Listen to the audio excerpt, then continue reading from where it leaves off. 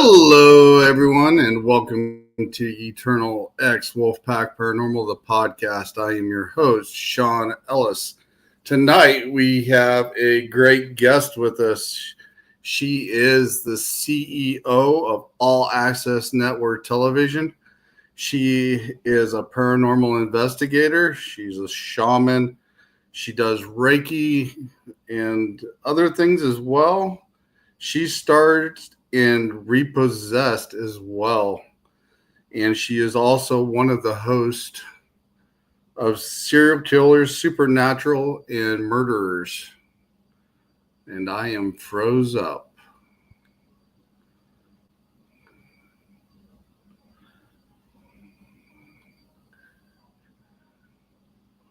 Can everybody still see and hear me?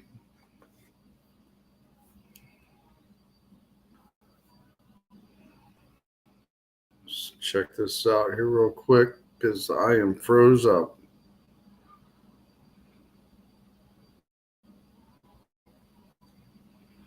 Yes, I am.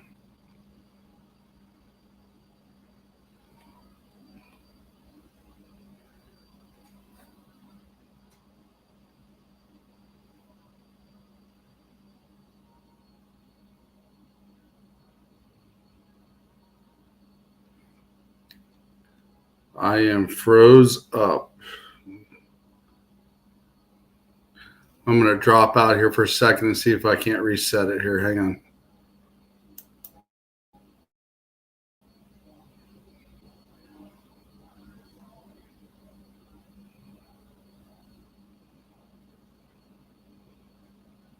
I am completely froze up.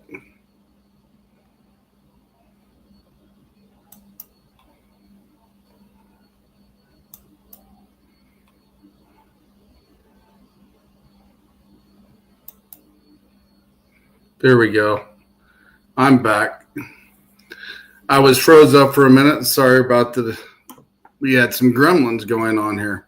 But yes, we have a great guest tonight. Miss Letriana Brown is with us, and we will bring her on. I hope everybody heard the first part of it before I froze up. So we will bring her on here. Hey. Hello, Lee. Had some computer gremlins going there. I completely froze up. I thought you were giving me the cold shoulder. Get it? Yeah. I completely froze. I was sitting here kind of glancing at my notes here a little bit because I took a few notes and made sure I said certain things right. And then all of a sudden I look up and my whole screen's just completely froze. I'm like, what the heck? So I hope everybody heard what I had to say there. So, Lee, you've been on the show before with your co-host of Serial Killers, Supernatural, and Murderers with Gwen and Thomas and Blaine. Yes. But there was so many of you, with the four of you, we couldn't get into details on each and individuals. So that's why I'm having you guys come on the show again.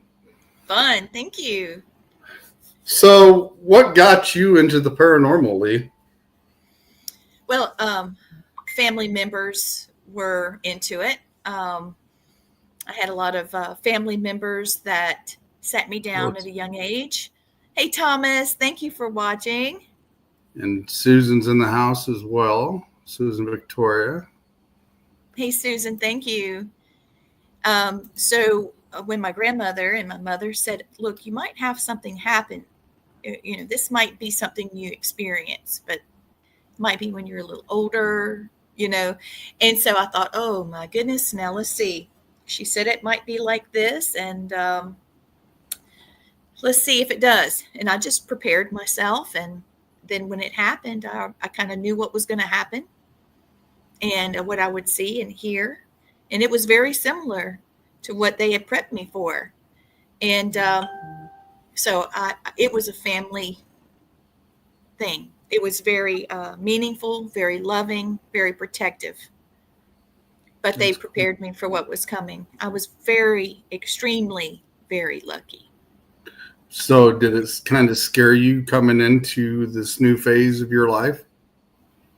Yeah, it did a little bit. Well, I knew I was a bit different.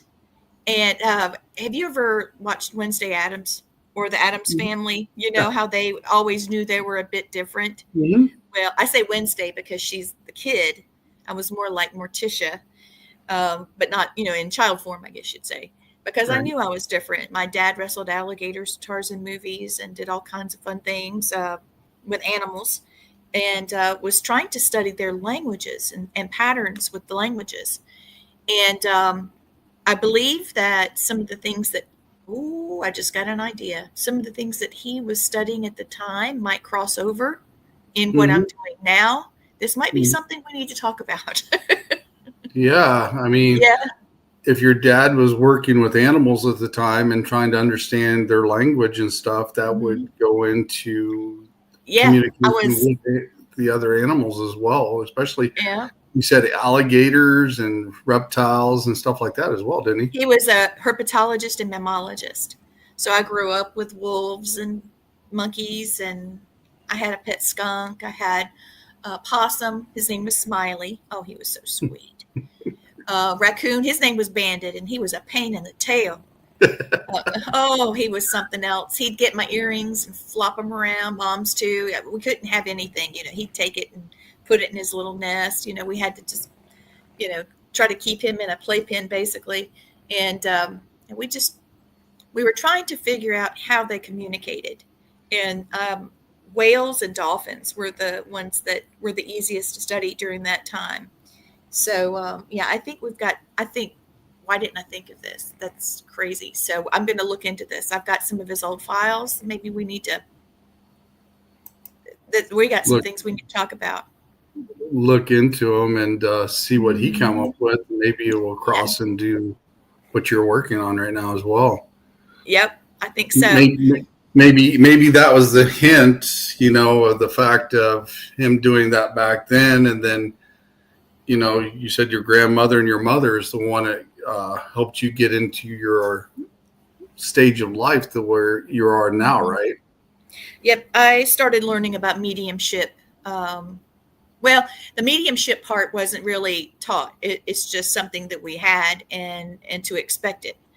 But being able to see spirits was something quite different, and how to test them to know if it was something genuine or you being tricked. Is this a trickster spirit Right. instead of it's not a child, it was actually a demon or something more Mm-hmm. very sinister. Not everything's a demon, of course, but there are trickster spirits out there that can lead someone astray. So Almost we definitely. were I was taught at an early age to question everything and to test them. So that was the kind of thing that we worked on at first. Meanwhile, I'm learning through my dad about animal languages and how to I guess what we call it. Oh, I'm trying to June. remember. I'm trying to remember what it's called, where you push. That's what he called it. An animal. Push the energy, your energy, and what you're thinking on Mm-hmm. an animal to where you can overcome their dominance. Because a lot of times with alligators, especially with felines, big felines, um, like a bobcat, well, they are not as intelligent as like a lion or a cougar. Um, and certainly, a wolf, because they're extremely smart. Right. So, we would push that to where they would be submissive or become tame and give us a chance to study them more in a captivity. Right. So, yeah, there's something in between there. I don't know why I hadn't put that together before now, actually. That's interesting because like I said, even the frequencies, if you know how to do certain frequencies, will set off animals and make them react different as well. So that would be an interesting concept if the fact of frequency is actually energy. Yes. So how you would push it on to someone or an animal would be very interesting, especially on the situation at hand. Well, the Seminoles had a way of doing that, and the chief that was in that location at Ross Allen's Reptile Institute, he was extremely talented at that, at being able to communicate with animals and how they're able to work with alligators, things you didn't kill, that is anything that you're not going to eat, that type of thing. There's a certain amount of honor Right. code. There's an honor code there. And there's a lot of things that need to be learned from animals, had their story to tell, and based off of the animal medicine, based off your observation of them, like a fox is very smart, very patient. And the tortoise may be slow, but he's also very diligent, and he's going to keep going, and he lives a long time. And elephants don't forget, and they actually rally together to protect the young. I don't know if you saw this, but there was a zoo that was experiencing a huge storm. We've had a whole series of storms lately since last fall. So it was one of them coming through, and there was only one baby elephant, and the rest of them were, adults.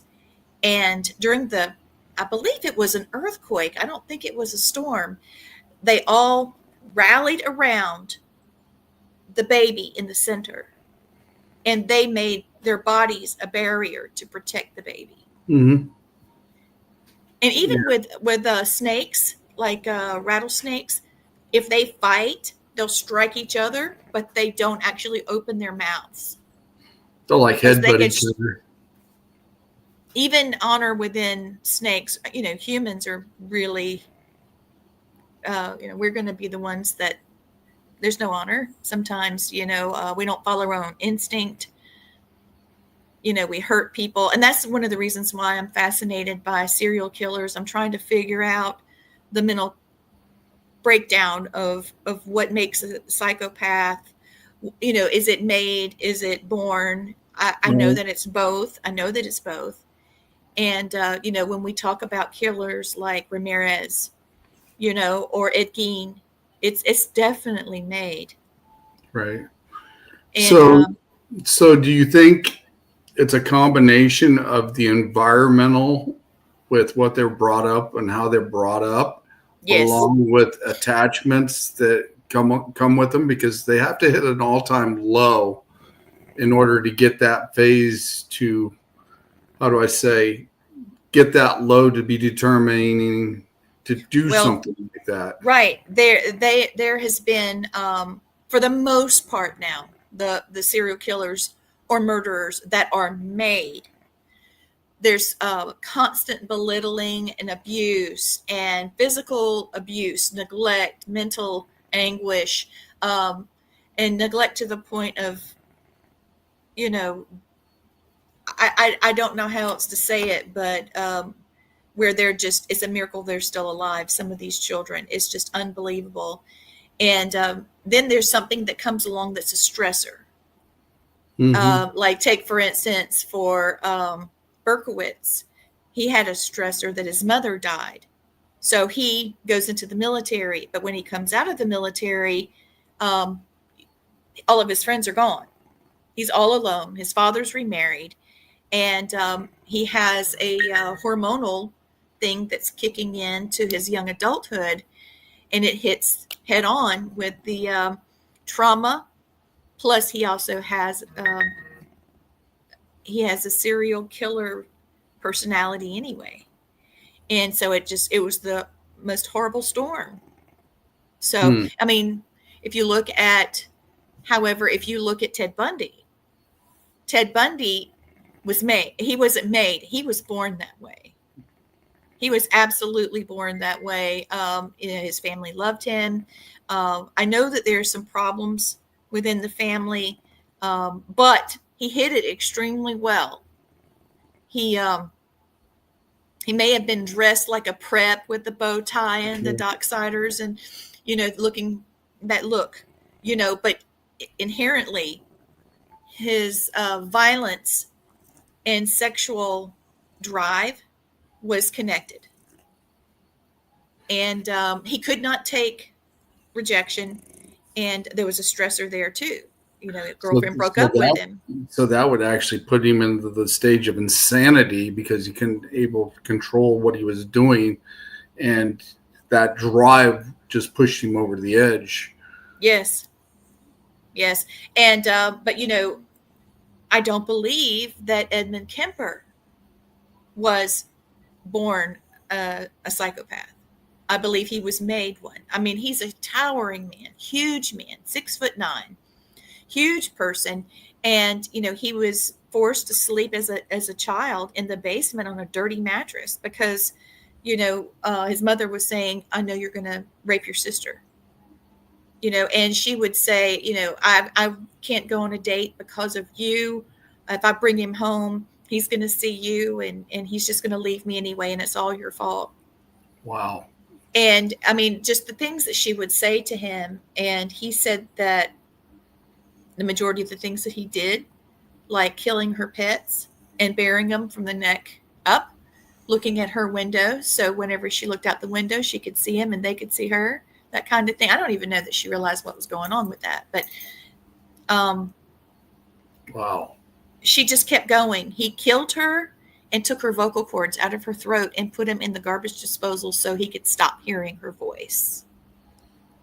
How horrible. How horrible. It just makes you wonder, that the fact that somebody gets pushed to that limit, or they get to that point where they get an attachment of what I would say an attachment that makes them stoop to that level, but they listen to what it's saying. It's like that second voice in their head, and they will start doing upon what that voice says. And that's what creates, I believe, the killer. Do you agree with that? Absolutely. I think that it's in each of us. I'm just going to be completely honest with you, and this might not be a popular theory, but I believe that each one of us is capable of doing some pretty dastardly things if we're pushed to that point. Oh, I'm sure. I was reading a letter that David Berkowitz has sent soldiers, one in particular, on his website. By the way, David Berkowitz now is a pastor. So that's pretty interesting. And his testimony is pretty incredible. But anyway, he was explaining to a soldier that, because the soldier had said, I believe that I am as bad as you. And he said, no, you're nothing like what I was. You were a soldier. You were doing your job. You were trained to do this. You were protecting, your country. You were doing a service. He goes into and explains it all. And he said, but what you're doing now is you're grieving. And just like me, what I had to do, I had to forgive myself. And I had to ultimately realize God's going to forgive me. And if there's something that you need to free in your heart, he basically broke it all down to where it was very basic, very simplistic. But still, the way I understood it was he was saying you're stuck in a perpetual stage of grief is what it is. And it's time for you to give yourself a break. And I really feel like, of course, I'm not going to go too far into David Berkowitz because we're going to be talking about him on Monday. But I really feel like even Ed Gein or Eileen Wuornos, their story is that they were just made by the pit of society, and nobody heard them. Nobody was listening. Yeah. And I really feel like that's where I feel the calling. The reason why I want to be there for interdimensional beings, whether it's elementals or whatever, also souls of the dearly departed. If they have a story to tell, I want to hear it. I want to learn it. Right. I'm not after like what do you call it? Powerball ticket numbers and stuff like that. I don't need to know what's happening in my life. Right. Tell me what to do, because that's where you get in trouble. That develops a codependent relationship, and with that negativity, you can bring something very negative to you. Oh, yeah, I agree. But I do want to be there. Thomas Gormley talks about this. He is very helpful in helping spirits see their trauma, to Hmm. face their trauma, but then remember something wonderful in their life, and Hmm. to embrace that moment so that they can cross over. As you know, indigenous um, mindsets, it's not our place to cross something over, because you can cross over anytime you want and come right back. That's just Hmm. how I was trained by the Seminole and Right. my family. But I do understand that sometimes just by listening and being touched by their story, seeing them, feeling them, listening to them, Right. and basically also giving them some love, energy, like I am alive, and my story is not done yet, and here you are where I'm going to be, Right. and I'm still taking time to talk to you and send you love and to show you respect and honor. That that's the strongest emotion, the strongest energy there is, Hmm. love. Yeah. And if there's a way that we can share that interdimensionally, um, we're going to evolve better as a species, as beings. That's what we're here for, to Yeah. evolve, to grow. I would say sometimes the people that get a hold of some of the knowledge that we have access to, how do I say, use it in the wrong ways and try to benefit themselves, and it just keeps digging a hole deeper and deeper for them because they don't understand what it exactly is. And me and Thomas got into this little conversation too because I used the wrong terminology as in the fact of power, but it's actually knowledge. But knowledge is power, and however you want to look at it. But he kind of gave me a different little definition of it, which was a good idea. But the knowledge that we pass among us, you know, it helps us be able to be capable of taking care of these spirits that we're around all the time. And if it wasn't for some of the stuff that we've learned, it could be kind of dangerous at times, especially if you would get an attachment or fall into that depression stage or etc. And it could change your whole life around. It's true. You have to make sure you're in the right headspace. If you're just like a psychiatrist, psychologist, a therapist, heck, just being a friend, Mm-hmm. to someone that's going through a lot, you have to make sure you're in the right headspace to bear someone's burdens with them. Yeah, very first. I hope Yeah. you understand what I mean by that, Oh yeah, I because do. it's not easy to bear someone's burdens. I've lost two family members. We've had a natural disaster. I had surgery. It's been one thing after another. And my whole family's in grief because, it was a very traumatic loss, and very Mhm. traumatic that we didn't expect it. I mean, she's 80 years old, but my gosh, we were shopping and having lunch and having fun. Oh, I hear the doggy. I love that dog's bark. It's so beautiful. Yeah, he's got them go karts and mini bikes driving by right now. Oh, got him all upset. Yeah, got him all wound up. We got Miss Jenny Davis in the house. Thanks for stopping Hey, in. We got Jenny. Pam Harris in the house, and Hey, Thomas Pam. has made a comment here. He says definitely to My the man, comments that we were Thomas. making. So, but I am yeah, definitely a better person after knowing Thomas, having him as a friend. And of course, Gwen too. And you. Y'all are some of my favorite people. we we definitely for sure have some interesting conversations when we do talk about things. That's for sure. Um, well, One the way thing. that I love you too, sis, Gwen's on chat. Yeah.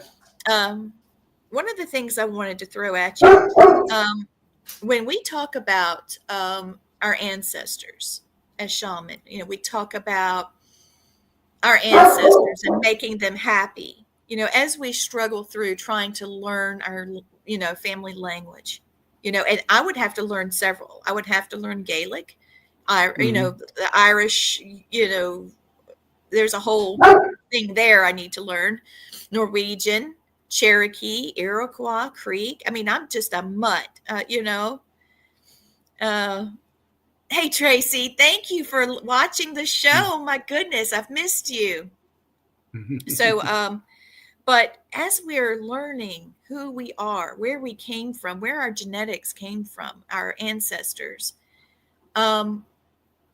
we are also remembering them, and it brings life back to them. So it makes sense that they're going to pass information to us. Oh, yeah.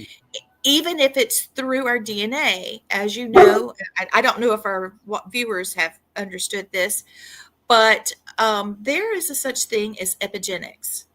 Okay, and epigenetics has been proven in studies with rats. These rats were put in a maze, and the person would get the rats to follow, the maze, and at the end is the food. You don't get just a treat. You got to do the thing to get to the treat. And so it just was very interesting, as I was watching some of these rats learning how to get through the maze, because they really had a hard time. Some were smarter than others, for sure. And well, when they had babies, and it was time for the babies, now they're not nursing and all those things, it's time for them to do the maze. They knew how to get through the maze. They didn't have to go through the learning process. The majority of them just did it and got there. And how is that possible? That was the first proof of epigenetics, and that is the study of learning something through our ancestors' knowledge. We talk about how our children are smarter now than they used to be. Well, heck yeah, because we're smarter now than we've ever been. Our electronic age has just skyrocketed us. I mean, what happened in the last 100 years compared to what happened between the 1800s and 1900s is a good bit bigger, Most definitely. Yeah, to understand, to listen to your ancestors when they speak. Some people don't understand that. And for a long time, I thought it was just voices. But I mean, you got a conscience that you actually hear all the time. But if you listen close and you meditate and you focus, you can hear the others speak. And some people don't understand that as well. And it takes a lot of time to get your mind focused and on that track to be able to do things like that. Well, I was in a bad headspace a couple of days ago, and I went and got a massage because, you got it. But I'm still hurting from surgery. I'm still recovering from all of that, and so I went and got a massage, and he found all kinds of sore spots and knots and bumps and lumps, and he was getting them all out, But what he didn't understand was that he was also, he was doing Reiki on me. This was an Asian massage therapist. And so I'm getting all this Reiki. And after I finally calmed my mind and went into a meditative state, all of a sudden I could hear my ancestors, and there's plenty of things that were said to me that got me back on track.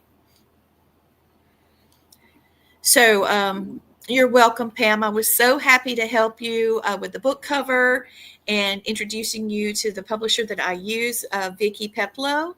And so happy that for those of you watching, I know this is a bit off topic, but Pam Harris and her brother have written a book about Charlie the Bug Workman, who is a mafia hitman. And if you look that up, you will be very, very, very pleased. It is on Amazon.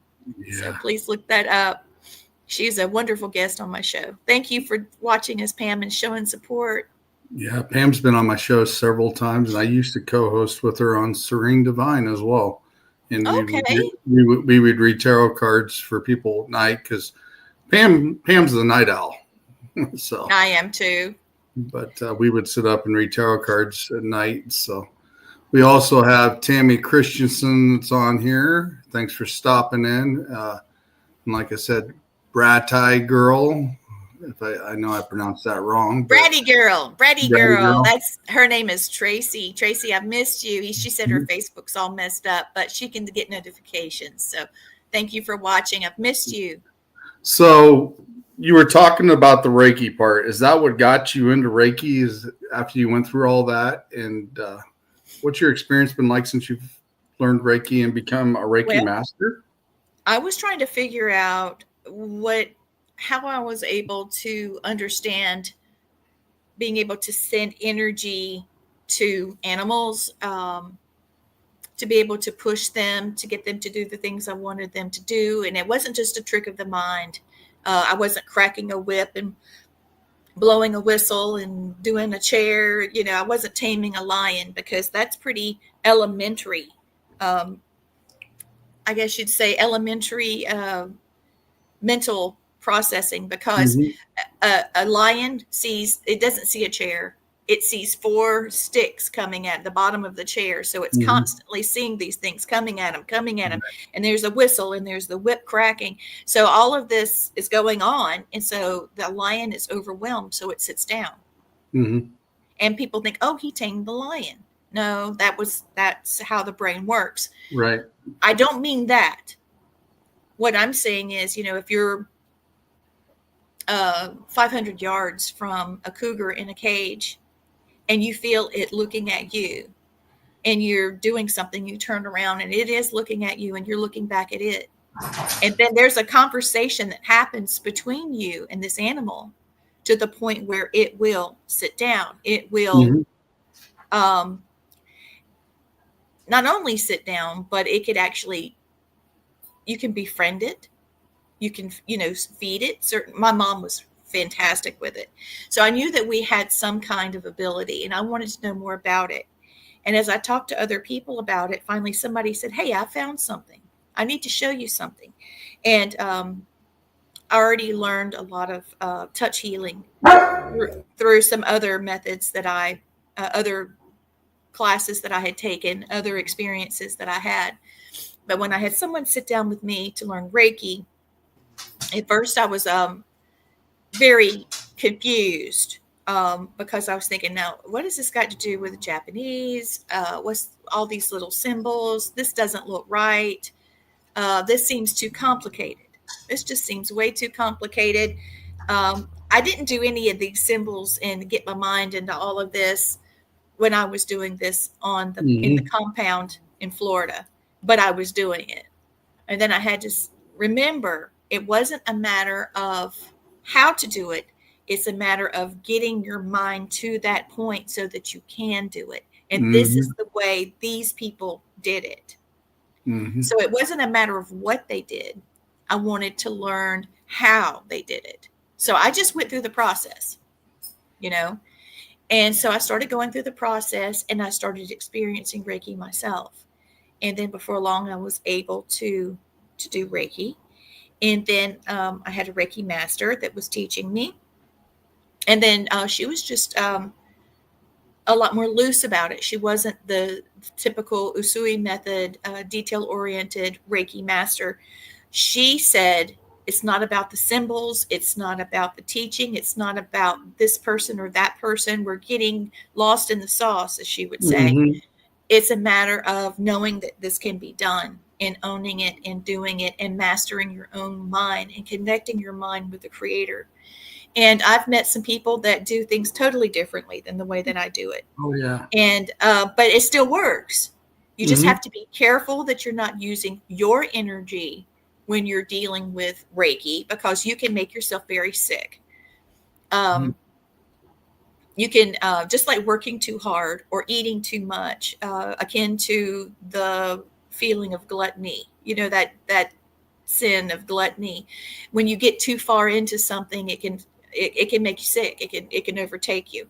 So as you're learning the energy and realizing it's not yours, and you get your ego out of the way, now you're able to do some energy work Oh yeah.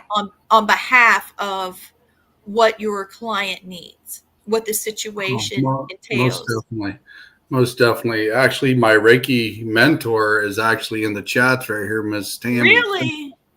She's in the Oh, chats over here. I She was on my show a while back, and we talked a little bit about Reiki and some of the stuff that I learned. I mean, she taught me very well on what I know, and I'm very thankful for what she's taught me. And well, I hope she's understanding what I'm saying, because it's yeah, always fun to have these conversations with other yeah, Reiki masters. yeah, Um, I ended up taking Reiki lessons from a lady from India that worked in an Indian hospital, a Reiki hospital in India. There's a good bit more now. At the time, there were only two. And I learned their way. And there were no symbols involved in her training. It was a matter of learning that the space between me and you does not exist.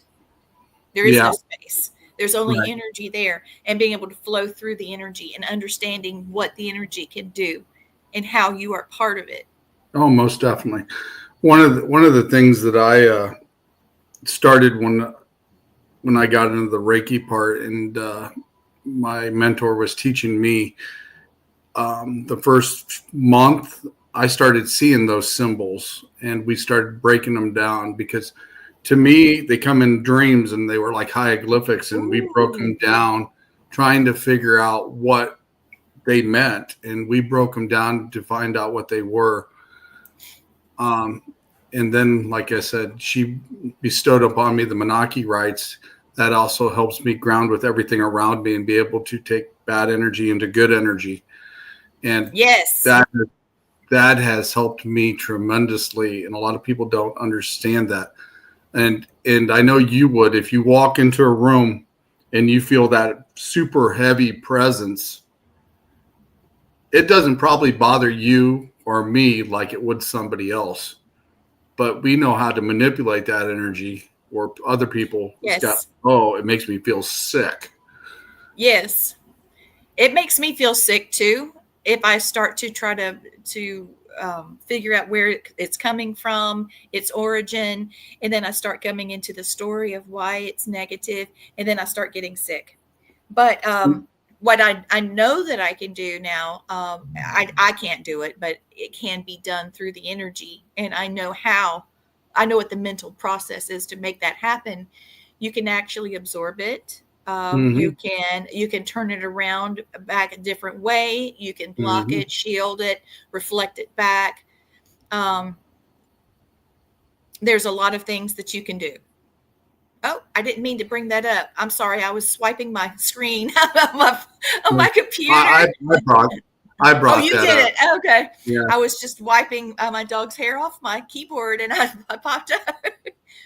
I do Um, believe people are born with Reiki abilities.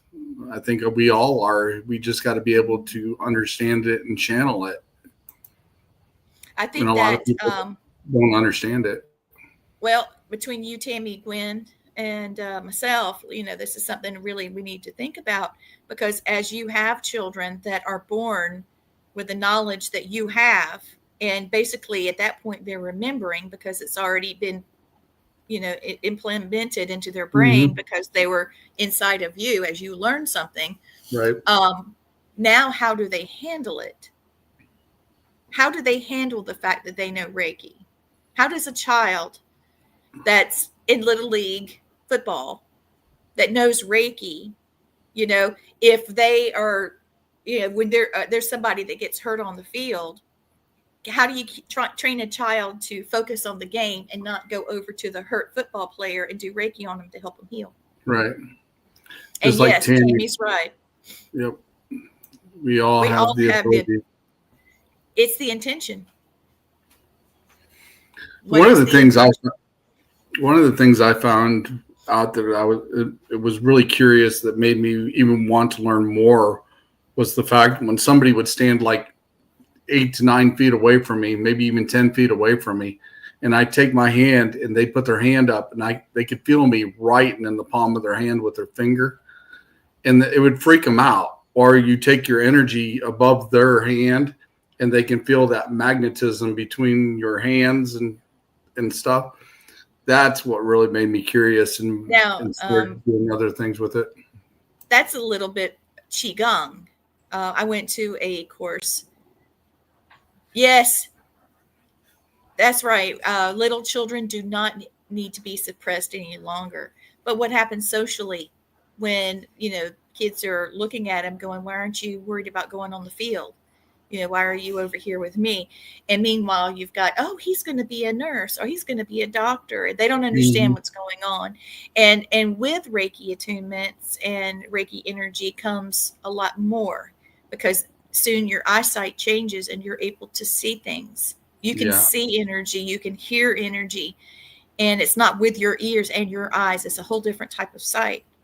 See, that's how I see things around me, is energy wise. When something bad, I can tell it's the energy that's focused and how well it's focused, or I can put my hand in that section and I can feel how strong that energy is and what I have to deal with when it's there.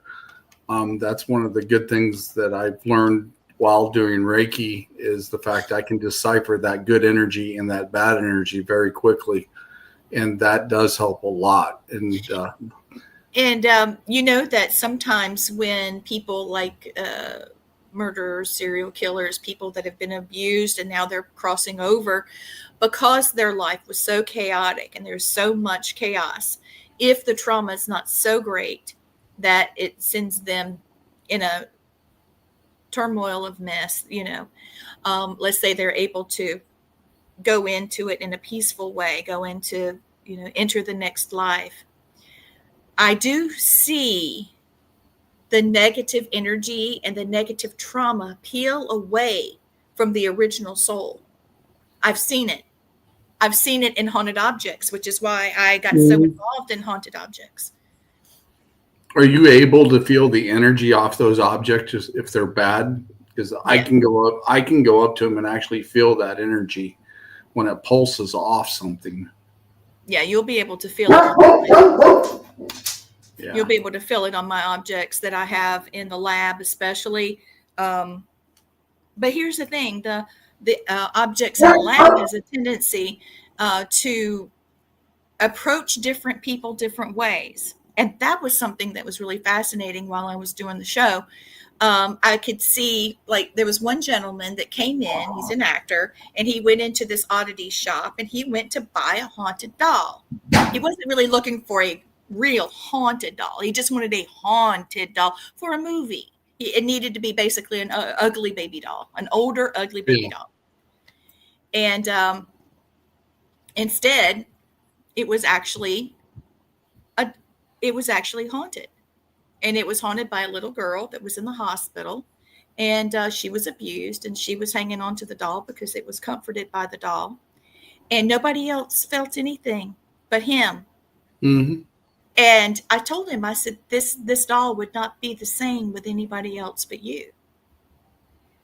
And, he treats her extremely well. She's going through some healing processes. And he said, if she wants to cross over, after she's able to get to that point, she will. But the little girl was basically, she was alone. She was in solitary hospital type of treatment. There was nobody coming to see her. I don't know what her story was. When you go to the, is it Vancouver? No, it's episode 7 of the show. You can see him with the doll, and bless him, he just loves her to pieces. And every time he tries to do something without her or whatever, she'll lock his car down. He can't go anywhere. And I said, you're just going to have to go through the healing process with her. She's worried about being alienated again. I mean, think of how many people during COVID that were worried. They died alone in the hospital because of quarantine. Oh, yeah. There's a lot that we've got to deal with from that. That was one of the worst things they ever did, is in my book, is lock everything down. But the thing is, even with that little girl, do you believe, since that's the only thing she had was that doll, around, that she actually projected herself into that at the end of time. Absolutely. And because I've actually seen dolls before that the EMF detector will go off and there's no power source in them at all. Well, we have that with some of our objects. You'll see if they're comfortable with you to allow themselves to be seen. Yes. But with every one of the objects that I investigated, if I saw something in it, I would use an energy wheel, a medicine wheel, in order to give enough energy so it could manifest. That was the point of it. Yeah. You'd also do a little bit of shaman too, right? Mm-hmm. That's where you learned your medicine wheels and stuff like that. Because I've been learning those for the last several months as well. And you can use those for many different things. And that's pretty cool, especially when you can transfer certain things from another time, like the Peruvians with the Indians, and link it, because some of the things are similar, even with the Egyptians, the Indians, and the Peruvians. I found there's a similarity all together. That's exactly right. That's exactly right. And there's a lot of things that the Egyptians did that's very similar to the Peruvians. There's a similar thread, universal energy, life energy that flows through all of us. And so I find it very useless for people to be so judgmental, because there's a lot to be learned. And it's being judgmental is more about fear. Yeah, I would agree with that. I mean, they're scared of what's to come or how it's going to happen or etc. That's for sure. Yeah, you hear a big dog here. I got a Great Burmese. He's 88.5 pounds. He likes to bark at all the mini bikes and go-karts that fly by the house here. The kids are having fun tonight.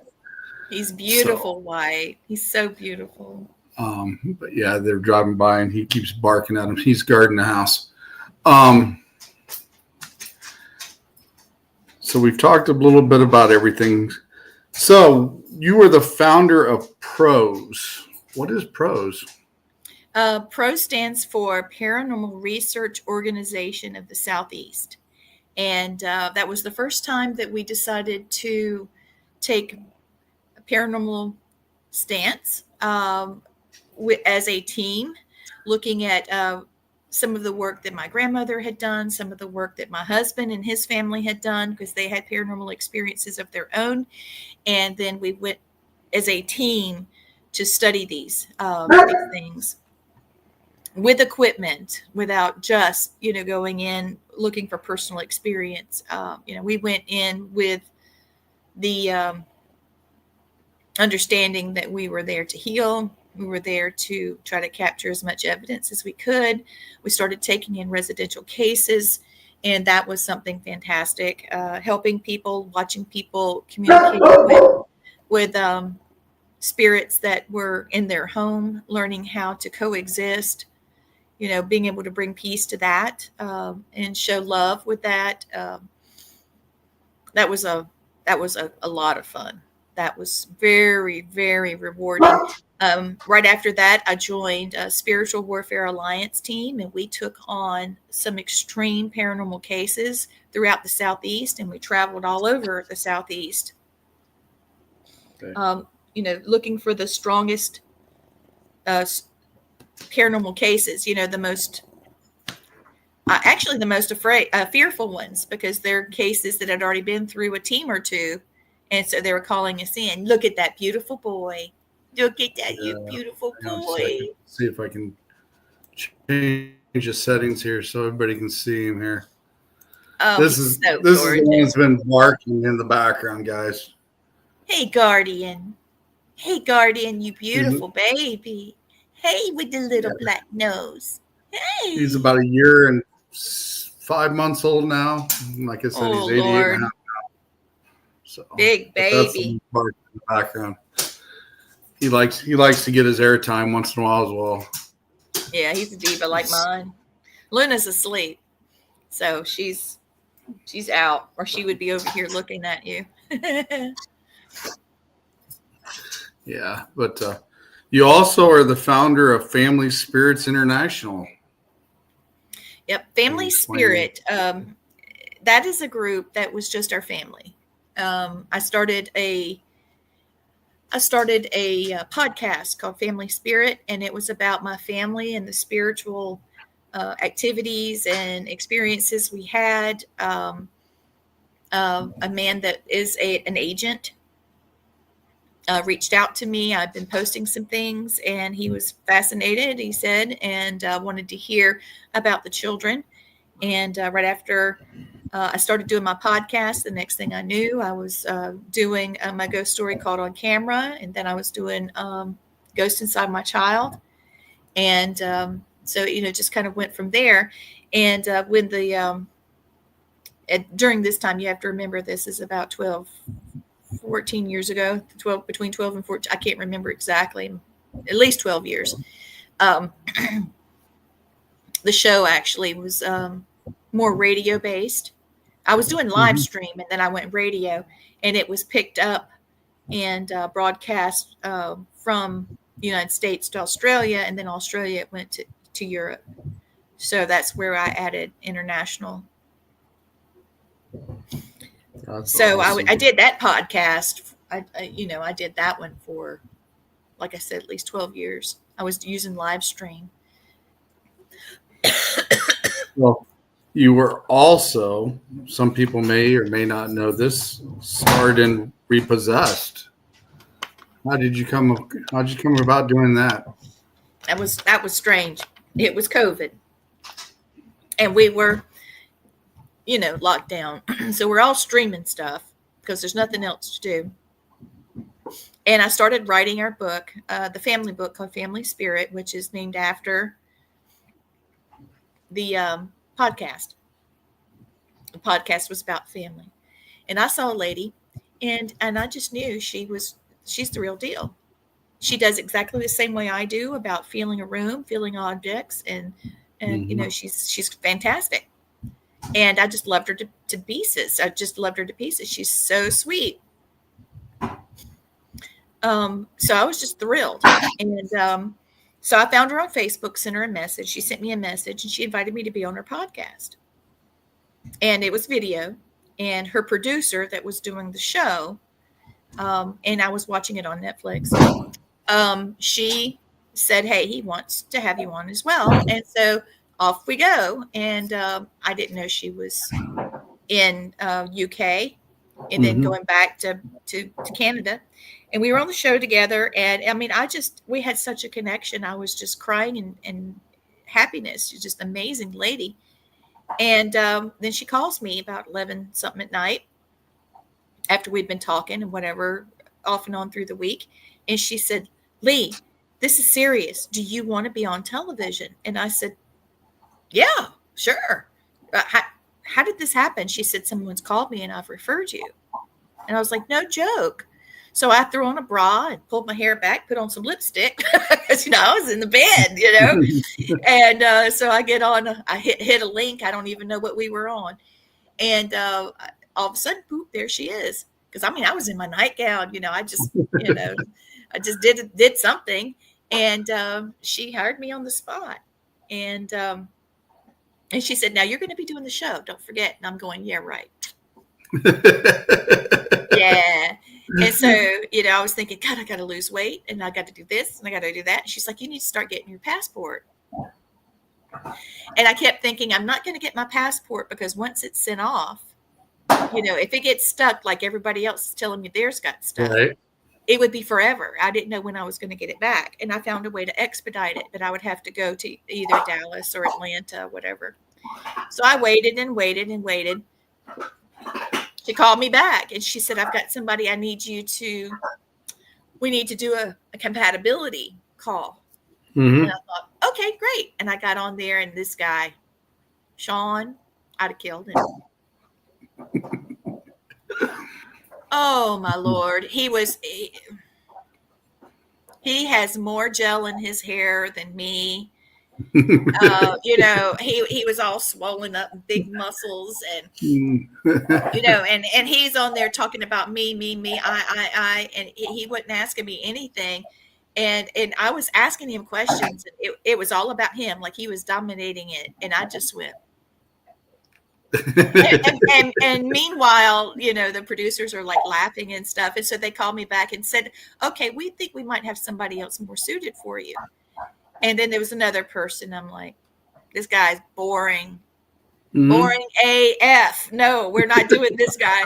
And then she said, okay, I think we got the one. Everybody likes this guy. And so they put Mo Sargi on. And immediately I just loved him to pieces. I mean, it was great. He's very down to earth, very knowledgeable. And what he didn't know, he didn't have a problem saying he didn't know. But he had more guts than he had anything. He was willing to face anything. And he had the sweetest little wife and the sweetest little girl. And, I just thought the world of him. And he was just so sweet. So I was just very excited. Just super excited to meet him. And then they said, yep, you're going to be together. So after that, he and I started talking, and then he brought me in because he was going to be the lead investigator. And we started working on some of our methodology. And after I got to Canada, I found out Marika was joining, and she was going to be the researcher. And she's a Instagram influencer. Right. And she's traveled all over the world, and she's a good researcher. She's very intelligent. And very good with history, in fact. And so the three of us, when we all got together, we were a motley crew, man. Here she is from Mexico. She's Catholic. She's lesbian, and very open. She's an outspoken person for that, was it LBGT? Mm-hmm. Very lovely person. And here's Mo, and he let me know, he's from Lebanon, and, he's Muslim, and so here he is with all these things, and he's a different age. He's even just a little older than Marika, I believe it was, and here I am in my 50s, and I'm a Southerner. You can hear my Southern drawl, and I'm shaman, and so I was like, how is this going to work? But it did, and it worked out great, and we were willing to take care of each other and work with each other, and Mo and I were instant click. But Marika, it took me a minute because I didn't know what she knew until we started going into the different cases. And then she would come back with even more knowledge. And the photography, she was getting evidence when we weren't filming. Mm-hmm. And I was like, girl, and Mo has got some psychic ability. He does. He's actually very good. And I was working on him with that. Marika's got a different... she's got a Southern drawl is not bad. Oh, yeah. I don't know. I think Gwen's got you beat on that just a little bit. Yeah. She's got it. She does. But when I get upset, oh my God, that's when my Southern drawl really pops out. And we were in Vancouver, and we were in a morgue shooting. And this guy across the street, because everybody had their windows open. This is an old historic area, so there's not a lot of air conditioning, because this was built before air conditioning. Of course, there was refrigeration. It's a morgue, but you know what I'm saying. So we had the windows, and somebody was blaring Hank Williams Jr. I mean, we couldn't do anything. I'm like, how did this happen?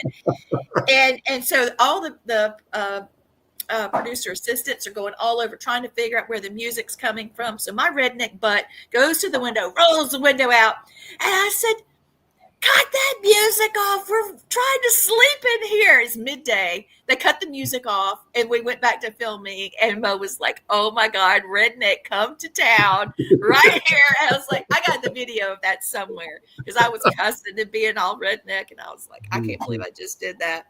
But I didn't want these ladies knocking on doors. I mean, you don't know what you're knocking in. Right. That's for sure. Not knowing what's behind the door anymore. I can't believe I just told you that, because nobody knows that. Sometimes those stories are good to tell later on down the line. Oh, yeah. So we are at the top of the hour, Lee, and I've got one more thing I want to kind of cover. For everybody that doesn't know, Lee is the CEO of All Access Network Television.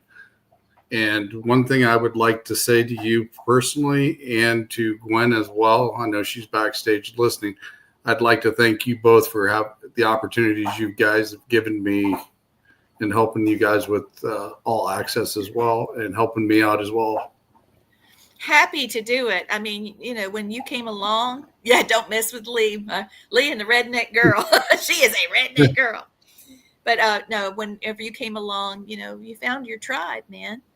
Only thing we're trying to do is give somebody a chance to have their platform. I was blessed. I don't know how I was picked, but I was woken up in the middle of the night to be picked, and I loved every second of it. And I started having people follow me, and I was privileged for that. But now what do? Okay, I'm going to do for other people as best as I can, to give them an opportunity, because it all came from me talking to somebody on Facebook about a dream that I had about having a podcast about my family and the things that were happening to me. And while we've got viewers and people interested, I wanted that for other people too. I just wanted to find my tribe. And so thank you for being part of my tribe. Well, thanks for having me. Like I said, I think it's great that we're working together. We seem to be doing very well, and things are picking up for everybody. Yes, and Gwen is one of my biggest blessings from Great Spirit. She really is. She's my sister. I definitely, every time she pops on with me and co-hosts with me, and then we've got our own show, Paranormal Surge as well. I always call her the powerhouse producer because she's always got her hands full, and she's definitely doing shows on Mondays and Wednesdays and Thursdays, etc. And like I said, then we got our own show that we do together, and she does an amazing job there too. But like I said, you guys, I appreciate everything you guys do for the Eternal X Wolf Pack, and I will help you guys as well, no matter what. So. Thank you, Shawn. And thank you for coming on my online class as we were doing some of those ghost hunts and stuff, because you brought up some really interesting thoughts and it made things so much more interesting. So, it's tit for tat, brother. We're better together. Definitely so. And better together. Actually, here in about 2 more weeks, I will actually be coming down to visit you guys and going to the powwow here too. 13 days. I'm counting it down. 13 days. Yeah, I know. Gwen's excited because, like I said, we're coming down there and we're going to go to the powwow. I think we've got some investigations lined up too, don't we? Yep. There's a cabin that's haunted. And my husband and I tried to do our 25th wedding anniversary in this cabin. Oh, she's blushing. And when she blushes, it's all over, Oh, yeah. Definitely so. So Matt and I were in the back. We had gone to dinner and we were in the back. It's our 25th wedding anniversary. We had a glass of wine and watched the sunset over the lake. Everything was beautiful. We locked the screen to the porch. We locked the door to the cabin. We can proceed to the back for our, honeymoon. And then all of a sudden, no clothing was required at that point, if you understand what I'm saying. And so all of a sudden, we hear the screen door unlock. And then we hear locks to the cabin. And then we hear the door starting to open. Meanwhile, I'm running in there and Matt's right behind me. He draws down with his weapon. And I'm hearing steps, slap, bap, bap, bap. And right in front of my face is where it would have stopped. And I could see its energy coming, but I couldn't see him. He didn't want me to see him, but the footsteps stopped and I felt his energy kind of like that. Mm-hmm. And then he was gone. I was like, what in the heck was that? And then so we lock everything up again. And he's like, did you lock the door? Of course I locked the door. Did you lock the screen? Yes, I locked the screen. Well, what just happened? And so we went back to the back and now we hear someone walking on the roof. On the roof. It was insane. Wow. So, yeah, it got real interesting really quick. And so I was telling Gwen about it, and she nicknamed the place the Naked Cabin. Because, I'm standing in the middle of the living room, and Matt is too, with just his gun and an unseen spirit there.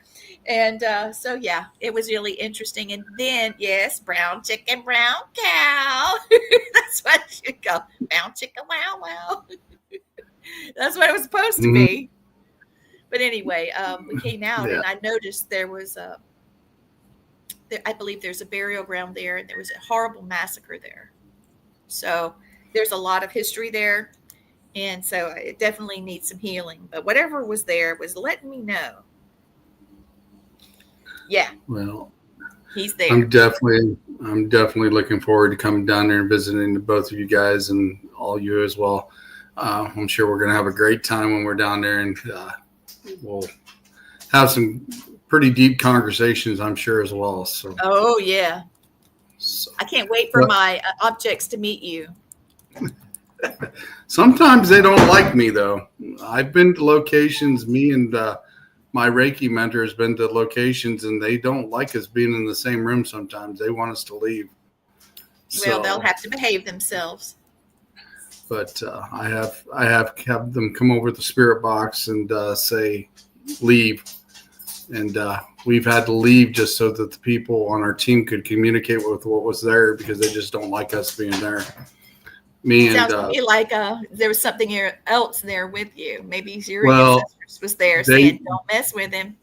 Well, they don't like my guardians and her guardians, and we're linked from a lot of different places, and we've been through the Akashic records as well, and we know where our links are. So it's definitely interesting, when me and her have been together on investigations, because it does come up that they want us to leave because of the stuff that we are capable of doing. But that's for when things are bad. So I'm always going into places open-minded and pretty calm. So that's always a good thing, because I like to find out what's there and understand what's there. So that's a plus as well. Sounds to me like you go in there and say, "Okay, we can do this the easy way or the hard way. How you want to do it?" Sometimes, yeah. Sometimes it has to come down to that.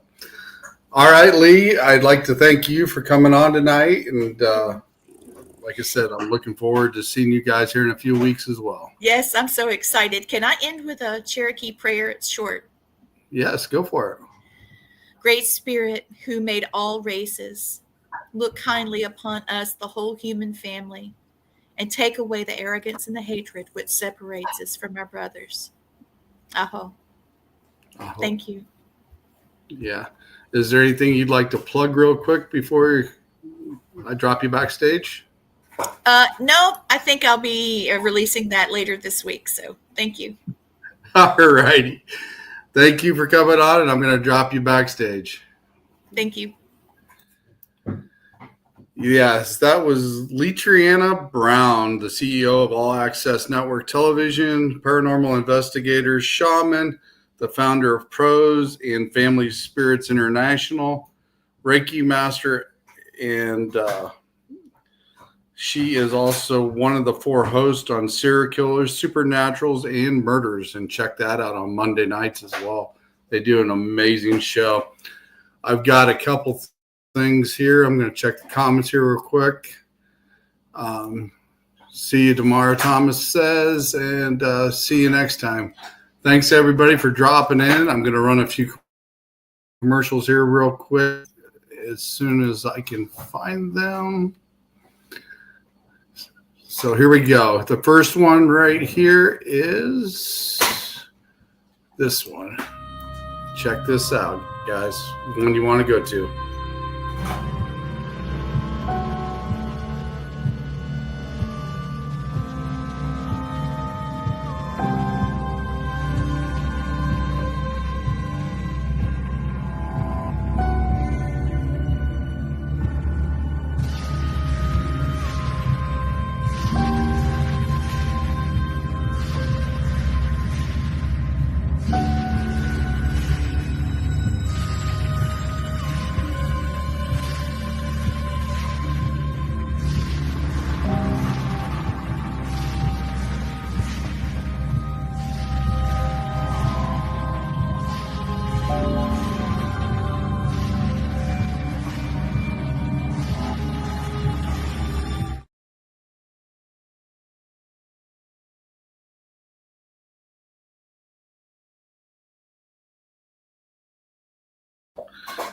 go check out that Paracon coming up, folks. I've actually met some of the people that's there. They are all amazing, so definitely go check that out. We are also supporting one of the new artists coming out, Mr. Austin Light. He is trying to produce a comic book. This is his page. He's got all the information on it. You can go check him out and what's coming. He's looking for donations to help publish his book, and please help him out because he's an amazing artist. He's got great stories he's telling, and he's also going to be going to the Paracon as well. Also, one more I'm helping support as well in July, and I will be here as well, and that is at Broadhead Manor in Wisconsin for this event coming up. So check this one out as well. Brace yourself for the Paranormal Rockdown, July 18th and 19th, 2025 at the haunted Broadhead Manor. Friday night, rock out with Dead Amsterdam, Left on Red, and headliner Green Jelly. The music may not be the only thing shaking these walls. Rumor has it the spirits love a good beat. Will you meet one? Saturday, meet paranormal legends like Dave Schrader, Sam Baltrusis, and more. Enjoy thrilling workshops, tasty treats, and a live Zoom Q&A with Dustin Perry. Dive into the ultimate paranormal investigation with expert guides. Or join a spine-tingling seance with Sam Baltrusis. Tickets are limited. Get yours now for an unforgettable weekend of music, mystery, and chills. Definitely go check out the Paranormal Rockdown in Broadhead Manor coming up in July as well. Check out all the amazing shows on the All Access Network television. And also, I will see you on Thursday on Paranormal Surge, where me and Gwen will be talking about paranormal stuff, or who knows, whatever comes up. Have a great night, everybody, and we'll see you then. I'm out of here.